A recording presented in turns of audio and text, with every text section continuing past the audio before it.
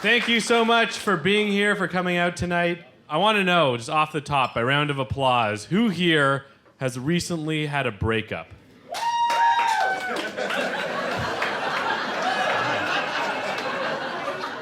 Okay. Well, it's nice to know that the rest of you are doing well. Also, by applause, who here is planning one?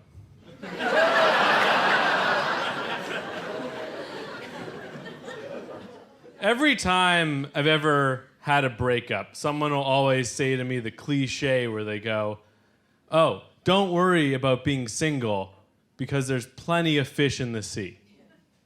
And as a society, we need to stop saying that, because that is not consistent with how things are going for life in our oceans right now. Right? An environmentalist would say, worry about being single. A lot. Because there are barely any fish left. There is plenty of garbage in the sea.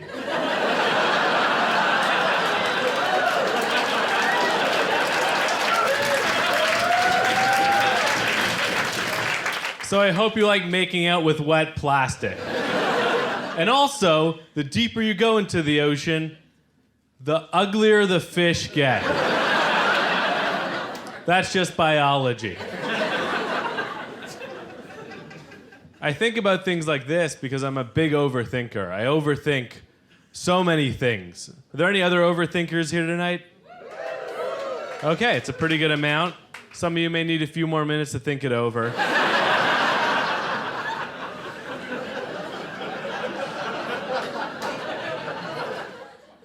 I'm tired of being criticized for being an overthinker. I'm tired of it. Because being an overthinker, I realized, is better than being an underthinker. And guess what?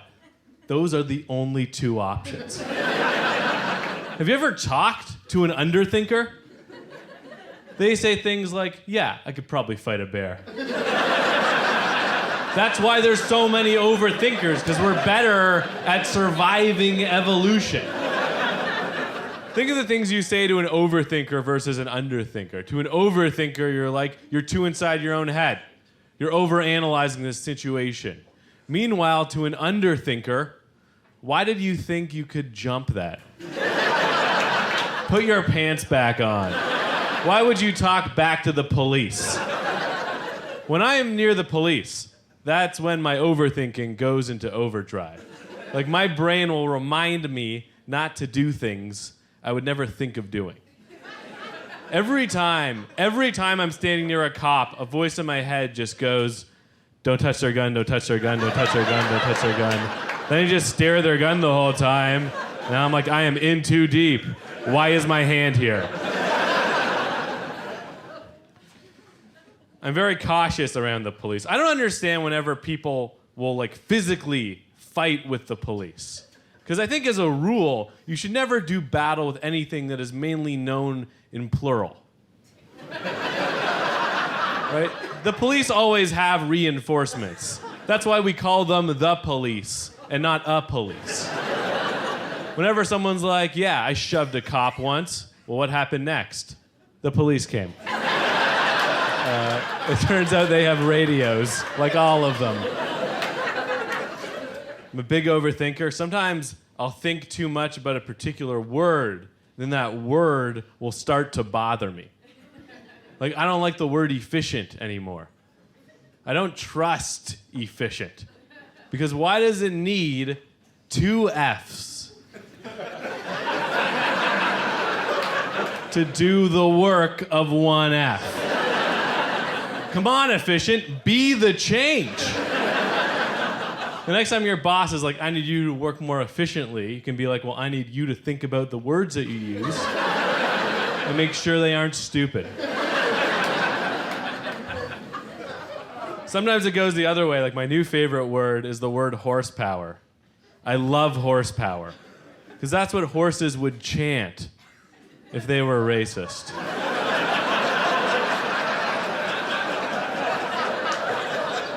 Right? They go to a secret meeting in the field. I'm tired of all these donkeys taking our jobs. Horsepower.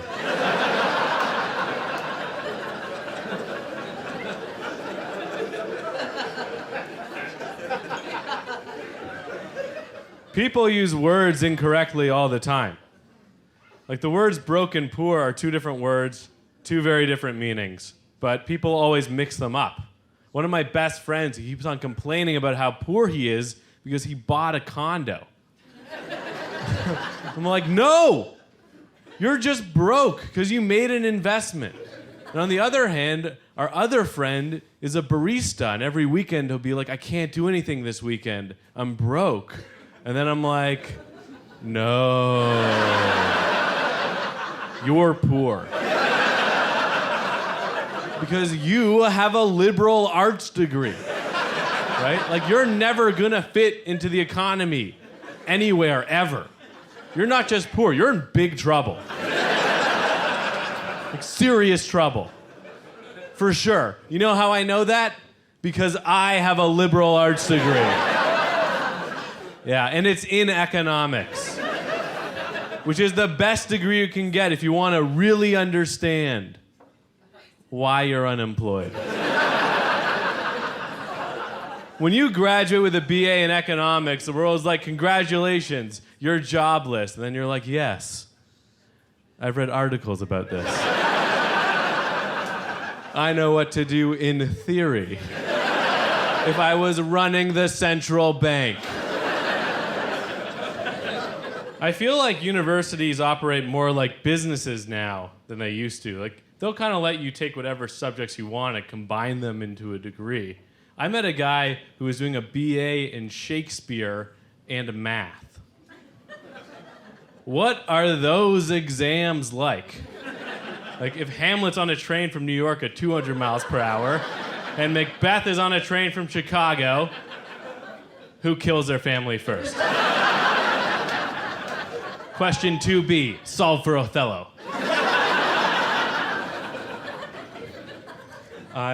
I'm an overthinker, and I'm also Jewish, so I'm like an overthinker squared.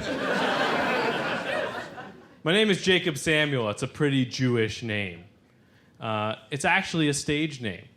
Samuel is my middle name, and I use it on stage because to me, Jacob Samuel sounds like the right amount of Jewish for this. Because my real name, I think, is too Jewish for a mainstream audience. Because it's Jacob Goldfiddler on the roof.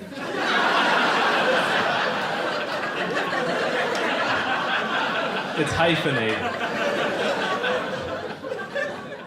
When I say I'm Jewish, you know, like my parents are Jewish, but I'm not religious. Jewish is just how I identify sexually.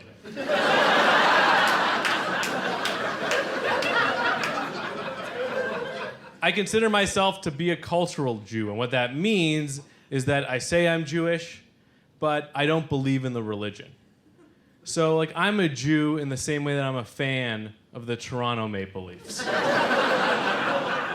I have no faith in the organization at all. But if a miracle happens, I'm showing up in the jersey. I believed this whole time, check out the beard.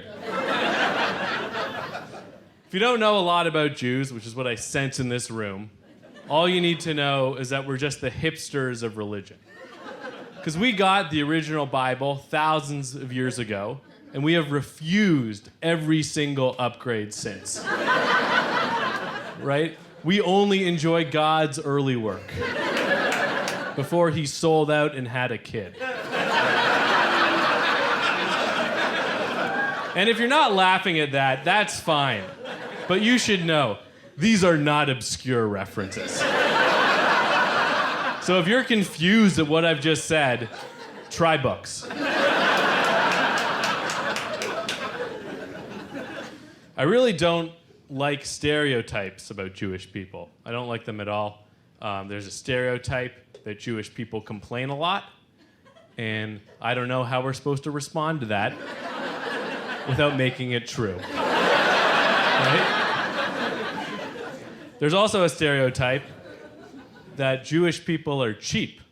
And I've never understood this, because being cheap is also a stereotype for people from India and the Chinese and Africans and Arabs. And if you're paying attention, that's most of the world. So what is it? Is most of the world cheap, or are white Christians bad with money?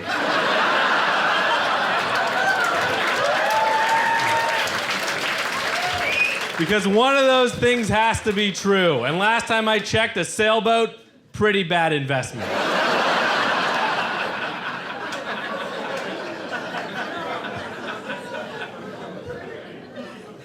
I love the word Jew. I do. It's only 3 letters, 1 syllable. It gets you right where you want to go. I love it. But people here on the West Coast, I've noticed, sometimes they'll hesitate to say it because they're worried that saying Jew is offensive.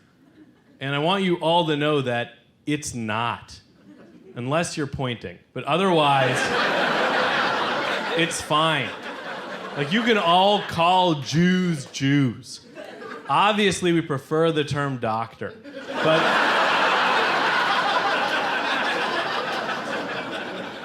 actually, the worst thing you can call a Jew is kike, which to me is a very confusing racial slur, because kike just sounds like an Australian person saying cake.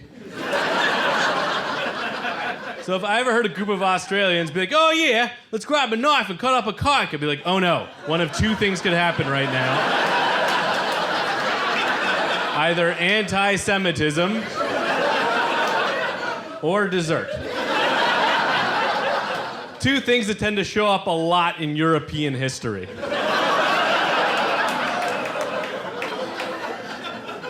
And I sense a few people are hesitating to laugh at that last line. And I just want to say, is that really a contentious thing to say? That Europe has a history of anti-Semitism? Is that controversial now? Do you know how many Jewish people there are today in Europe? Fewer than there used to be.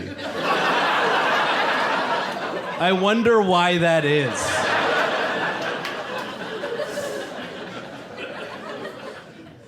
So, my favorite hobby in life, you can probably tell, is correcting people. Like, that's what I'm about. Last week, I was having lunch with a friend of mine, and he announced to me, he's like, by the way, I'm a vegetarian. And then he ordered fish. So I had to be like, oh no, you're confused. Like, technically, you're not a vegetarian. You're a, what's it? Hypocrite.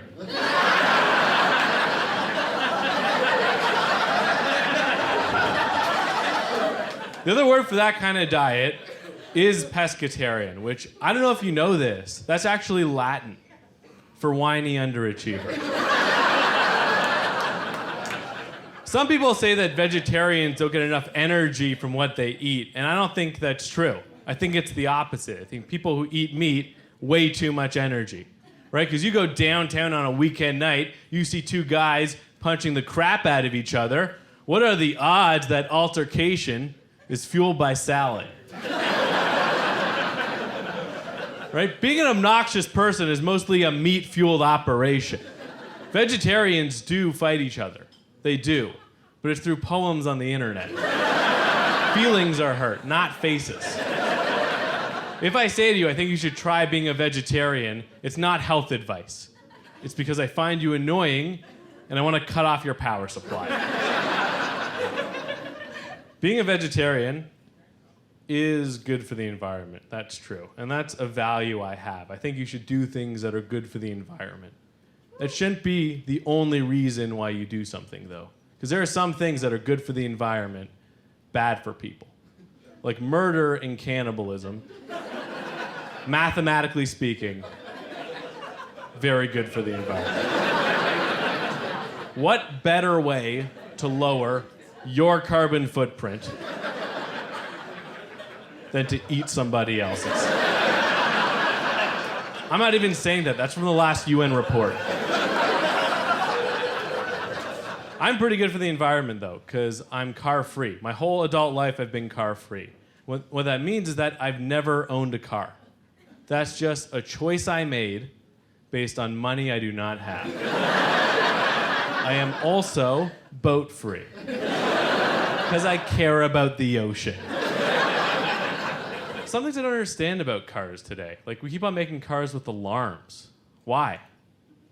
The car alarm is a technology that has not panned out. The whole idea of a car alarm is that it goes off, people hear it, and then they stop the car from being stolen. And it's worked like that about 0% of the time. What happens all the time is the car alarm goes off, wakes up the whole neighborhood, then we all just wish the car was getting stolen faster. When have you ever heard a car alarm and thought, oh, this is an emergency? No, you're like, it's 2 a.m., someone needs to lose an asset so I can go back to sleep. A sacrifice must be made. I guess my point is that human beings, we have a lot of illogical beliefs. Like, why is it that we think that one kind of animal is good, but then a very similar kind of animal is bad? Like, why do we all love doves but hate pigeons? I think it's a white privilege thing, right? Because doves are just white pigeons. That's like the only difference between them. Doves are pigeons that couldn't make it in the streets. They are gentrified pigeons. I guarantee you, every person here tonight considers the pigeon to be a totally filthy, disgusting animal. At the same time, Dove is the world's leading mascot for soap. You hear the word Dove and you're like, all over my naked body, please, here's my money. Can you imagine a soap called Pigeon? Try launching that brand. If you get swarmed by a flock of pigeons, you're gonna be like, oh my God, I probably need every vaccine possible. Or you're gonna run home and use a lot of Dove to clean yourself. You get swarmed by a flock of doves, you're like, oh my God, is somebody about to propose?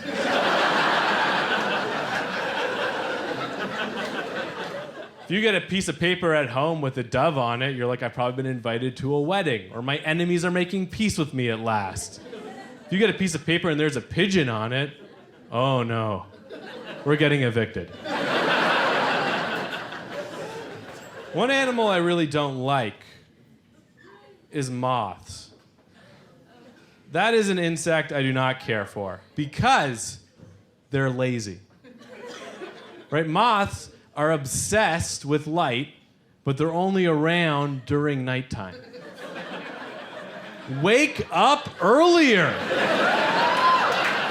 If a moth ever saw daylight, it'd be like, oh my God, everything I want is everywhere. I'm setting an alarm.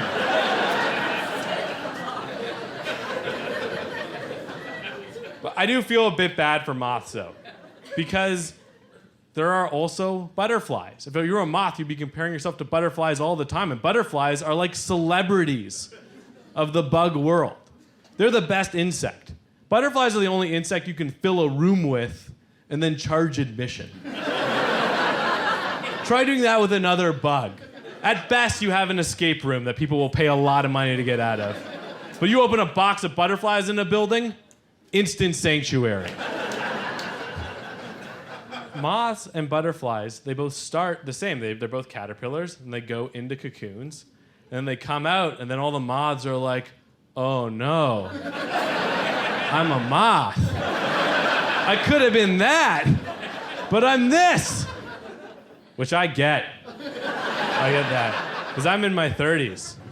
And it feels a lot like when you're 30s and you're like, I wonder how people I went to high school with are doing now. Then you look them up and how successful they are, and you're like, oh no, I've been a moth the whole time.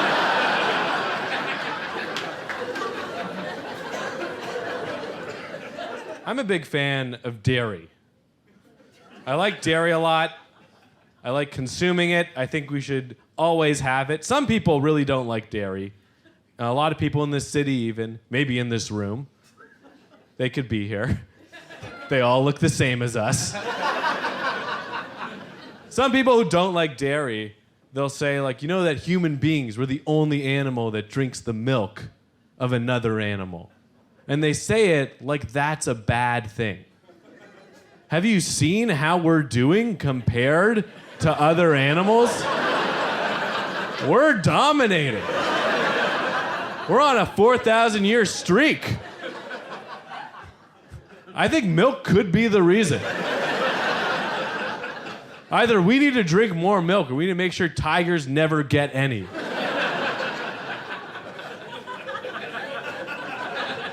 Did you know that there's fewer than 4,000 tigers left in the world? Yeah, it's very concerning. At the same time, if there were 4,000 tigers in this neighborhood, very concerning. There is such thing as too many tigers. We should all be very afraid of tigers. If I can leave you with any message tonight, is be scared of them. It's weird. A lot of people, when you ask, what animal do you fear most? They'll say spiders. I don't understand that at all, because I'm not afraid of any animal I can defeat with a cup. Try using dishware to stop a large cat.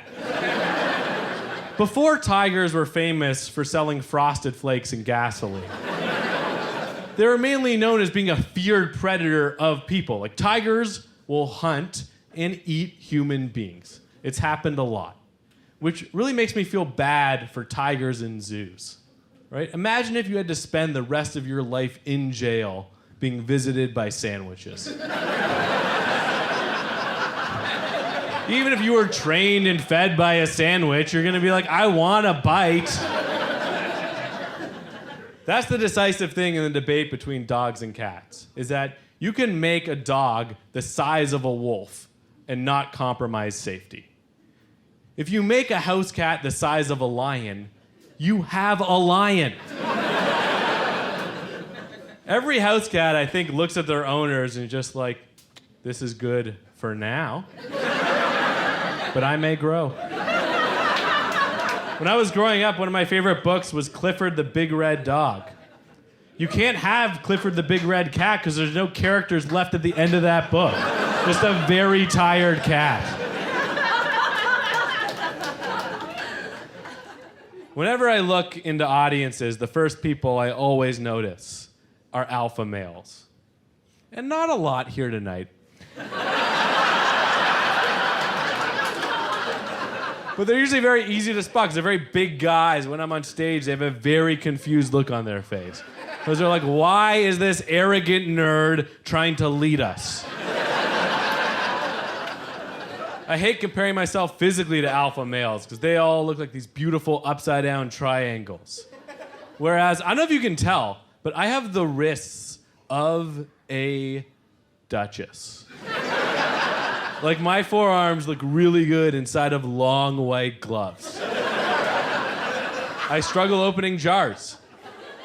That's a real problem I have, and it's not good when I'm trying to impress my girlfriend with a romantic pickle. When I shake hands, I have to be so careful to keep my wrist straight. Otherwise, it just easily turns into an enchanté. Like a lot of Canadians, I follow politics very closely when it's American. And one thing will always happen during American elections that blows my mind.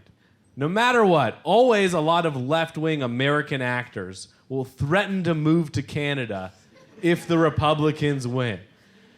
What are you talking about? Do you not know how much of a demotion it is to go from being a Hollywood actor to a Canadian actor? You're gonna take a 1,000,000% pay cut to be in a show that ends with Of Green Gables? The rapper Drake has a song where he says that he started from the bottom. And the bottom he's talking about is when he was an actor on Canadian TV. Do you understand? That's where our rappers come from. In the United States, it's because of systemic urban poverty. Here, it's because entertainers do not get paid well. And so they must rap.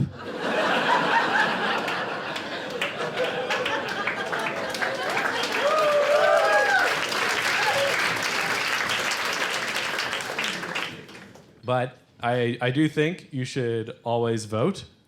in every election. I think it's very important to vote. Some people, they won't vote if no one inspires them. They're like, none of these candidates inspire me, therefore I shall not choose.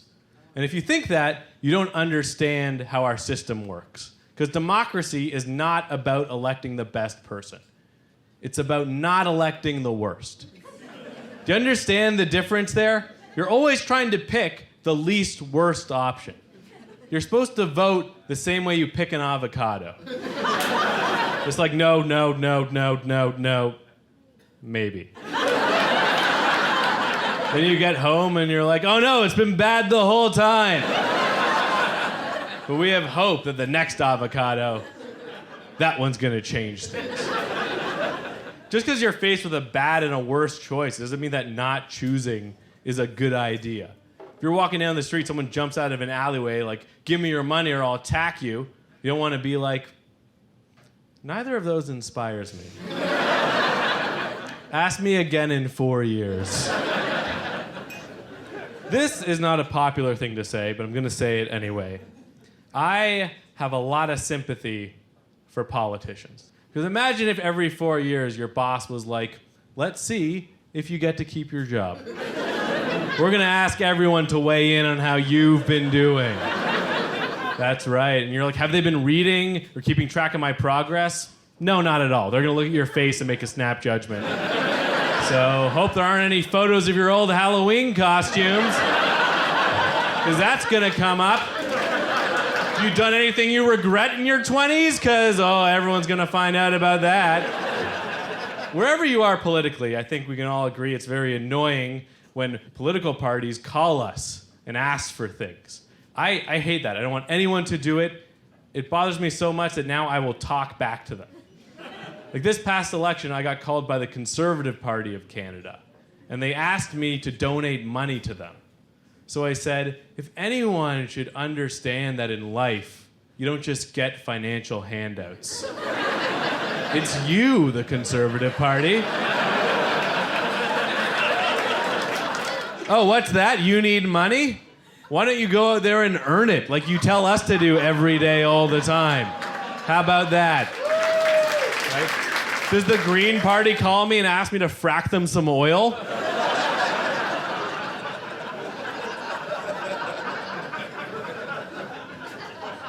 And I should probably tell you a bit about my own political beliefs at this point. Politically, I am a coward. I'm a centrist. I'm not very left-wing. I'm not very right-wing. I'm not conservative, but at the same time, I think that anyone who's ever tried to split a bill with more than 8 people knows that socialism is tough. It is. I don't love capitalism, but I also do not hate it. Some people who hate capitalism will express it in odd ways. Like one time I was on the street and I saw a guy wearing a t-shirt, like a regular promotional t-shirt that said, "Down with capitalism." And my first thought was just, did you buy that? Because unless the government gave it to you, you're kind of off message. If anyone here isn't exactly sure what capitalism is, just find me after the show and I'll explain it to you for $50. Obviously, that's a joke. I'm not going to explain it to you. I'm going to take your money and walk away, because that's how you learn about capitalism. I consider myself to be a pretty smart, intelligent, cerebral person. Like the kind of guy who knows at least 3 ways of saying that. And sometimes, though, I worry that maybe I'm just a high-functioning idiot. Because I've thought some pretty dumb things for way too long.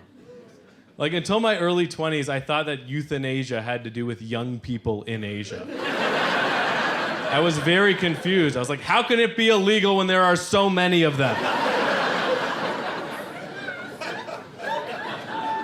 For the same amount of time, I also thought that there was a town in Florida that was called Concentrate that produced 90% of the world's orange juice. I was just searching maps, like the groves must be endless. Where is it? Sometimes I don't feel like a smart person because I only speak one language. You should speak more, I think. Like, I feel like a subpar Canadian because my French is très mal. And it should be better.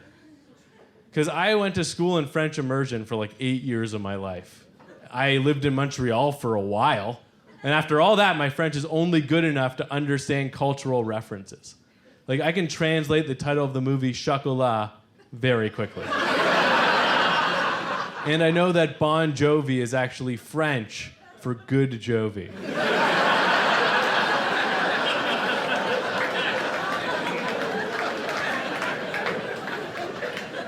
Say what you want about the French. Without them, kissing would just be two open mouths. So. I assume the French invented French kissing. Either that, or it was just some guy kissing a girl, and then he's like, I'm gonna slip some tongue in. And then she was like, what are you doing? It's French.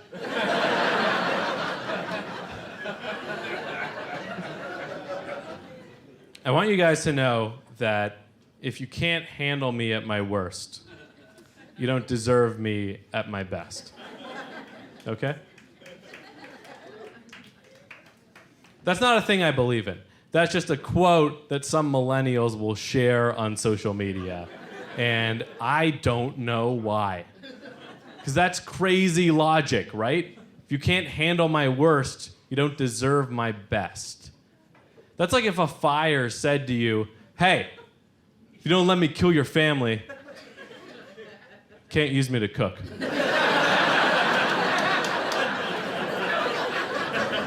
When I see someone post that, I'm like, I don't think I can handle you at your best. I think your best is posting that to Facebook to warn us about how insane you are. You can't give me to your loved ones unless I get to poison your dog. That's a bad slogan for chocolate. So why would you say that about your personality, okay? I used to date according to astrological signs. If a woman believed in astrology, I would not date her. Because it's just different perspectives. I think you're either an astrology person or you're a science person. And I'm sorry to say this, but I think astrology is a little bit more self-centered. Because with science, you look out at all the stars and you go like, wow, the universe is huge, and I'm just a tiny part of it. Then with astrology, you look at it all the same stars and you go, what does all that say about me? Like, what does that galaxy have to do with my personality? Because it's got to be something. You see those stars over there that are so far away, it takes millions and millions of years for light from them to even reach us? That's why I'm late to stuff. It's the only explanation. And look, I know I'm not changing anyone's minds here. I know that. I know you're thinking like, yeah, Jacob, obviously astrology is a silly belief. Or you're thinking, yeah, Jacob, obviously you're a Taurus. I know. One time I was at a party and I was saying this stuff and a woman came by and she was like, you're making fun of astrology, but it's very important to me. And just to show you that it's powerful, I can tell right away you're a Taurus. And it was a great moment for me because there was a group of people around and I just turned to her and I was like, I'm a Pisces. Like, what are you talking about? I don't know if you ever disprove someone with like 3 words, but it just feels amazing, especially if other people are there. And when that happened, obviously I was lying to her. I'm clearly a Taurus, but I'm not going to be responsible for spreading this BS.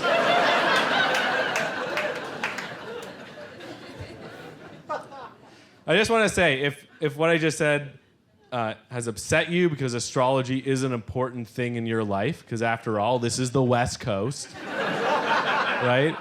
I just want to say from the bottom of my heart, you should have seen this coming in your horoscope.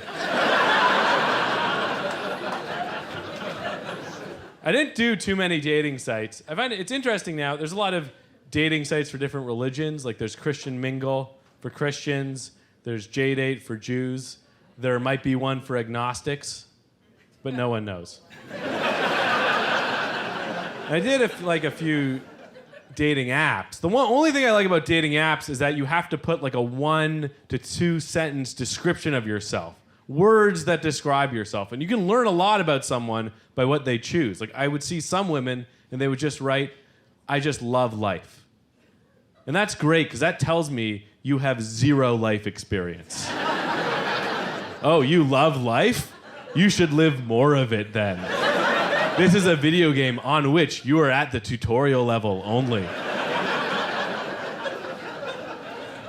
My favorite one I ever saw was one woman she had, I'm just here looking for a tall guy who can lift me up and reach for things.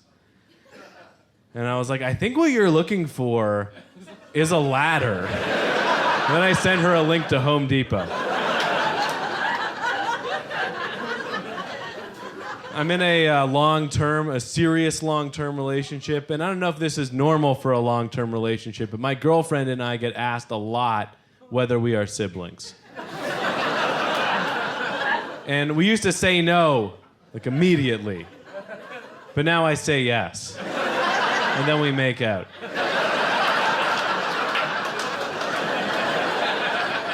My girlfriend likes a lot of things about me. She doesn't like that I'm a jazz lover. And when I say that, I'm not really talking about my taste in music. What I mean is that I'm a jazz lover because the way that I make love is like jazz. Because the way that I make love is not very popular. I start out with a few familiar moves and an hour of weird improv that will put you to sleep. And once a year, there's a festival.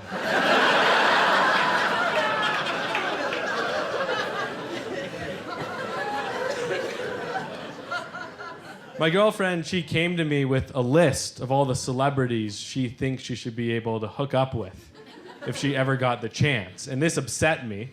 But then she said that I could make a list too. So I just copied hers exactly. So that way, if we ever run into John Mayer, I can be like, hold on, you guys. I'm coming as well, because he's also on my list. Right? It's important to do things together so you have stories for your grandchildren.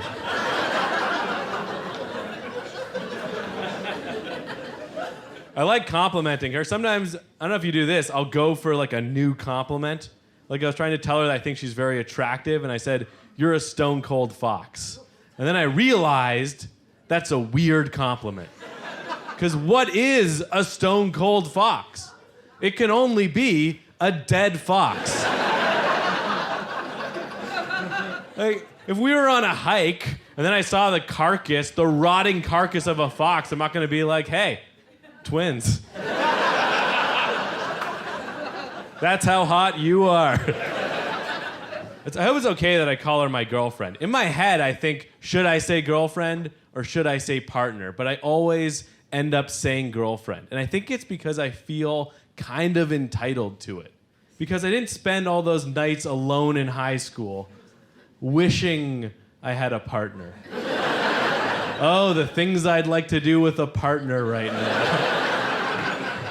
Girlfriend just sounds a lot cooler. Like a girlfriend will text you from her apartment and say, come over. Your partner texts you from the next room, why haven't you left yet? We need toilet paper. A girlfriend will meet you at a bar wearing a leather jacket. Your partner's at home right now eating chips in bed and trying to keep it a secret.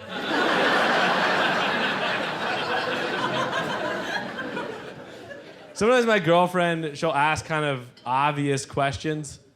Like we were having dinner at a restaurant and she was like, do you think that the server can tell from watching us that we're in like a serious relationship?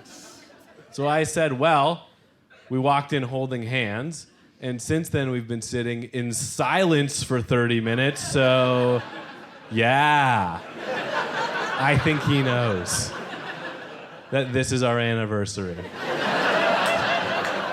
Then at the end of that meal, that server just brought us separate bills. Unprompted. Which is a crazy power that servers have. They can be like, I've been watching you two all night, and you should not be together.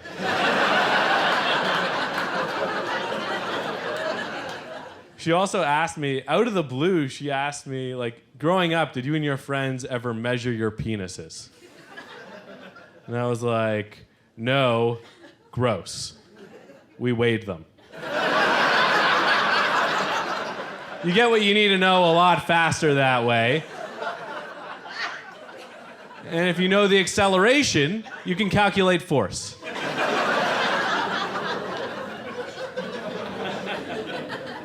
My girlfriend is not just my girlfriend anymore. She is now also my landlord. Which is great, because I get to pay my rent using my bedroom abilities. Plus the exact amount of money I owe in rent. So, this is the hardest I've ever worked. I now enjoy going to the gym more than I ever have before. I like the gym now. Because my goal is just to get a good body for a relationship. That's a lot easier than a dating body, right? A good body for a relationship is just whatever body got you into the relationship. Now just maintain. That's a much lower bar than a good body for dating by about 6 abs. And now whenever it's summer and I go to the beach and I see like really strong, ripped guys with their shirts off, I just think, wow, you must feel so alone to be motivated to look like that. I can't watch the Olympics. It makes me too sad. Right? If only you had somebody to go home to, you wouldn't feel the need to jump so high.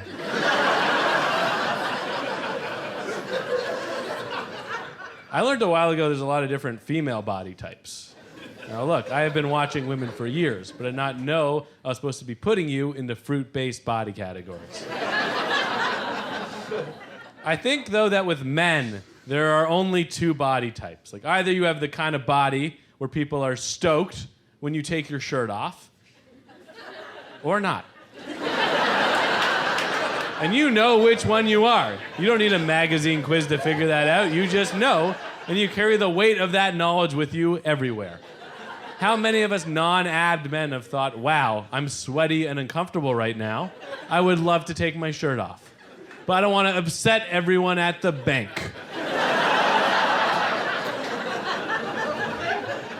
When I graduated from my BA, I didn't have a job, so I moved across the country. I moved to here on the West Coast, and this was a city in which I had no friends. And I had to make new friends from scratch, which is a very hard thing to do. For the first time in my life, I found it much easier to make friends with women than with guys. Because if I met a woman, I could ask her on a date. Then at the end of the date, she'd be like, listen, Jacob, let's just be friends. And I go, yes, that was always my plan. What are we doing tomorrow? Someone suggested to me, they're like, why don't you make friends by joining a running group? Which actually sounds like a great way to meet 30 people I hate already. I don't trust people who exercise in herds. And some of my friends are getting into marathons now. Why? Why do you need to run a marathon? Is the pain of existence not enough for you? Oh yeah, I gotta add on to this. Like other people seem to be suffering. Why don't I ruin my knees so I can relate to that? Why would you run a marathon? A marathon is a dangerous thing to do. The ancient Greek man who invented the marathon, you know what his cause of death was? He died running a marathon. If you don't know the story, thousands of years ago, the ancient Greeks were invaded, and they fought this big battle, and then they won, which was their preferred outcome. And then one guy ran 26 miles back to Athens. He gets there, he goes, listen, everybody, great news. We won the battle. But he was so tired, he just collapsed dead. And then everyone in the city was just like, yeah, we already know. The Kenyan guy got here like 2 hours before you.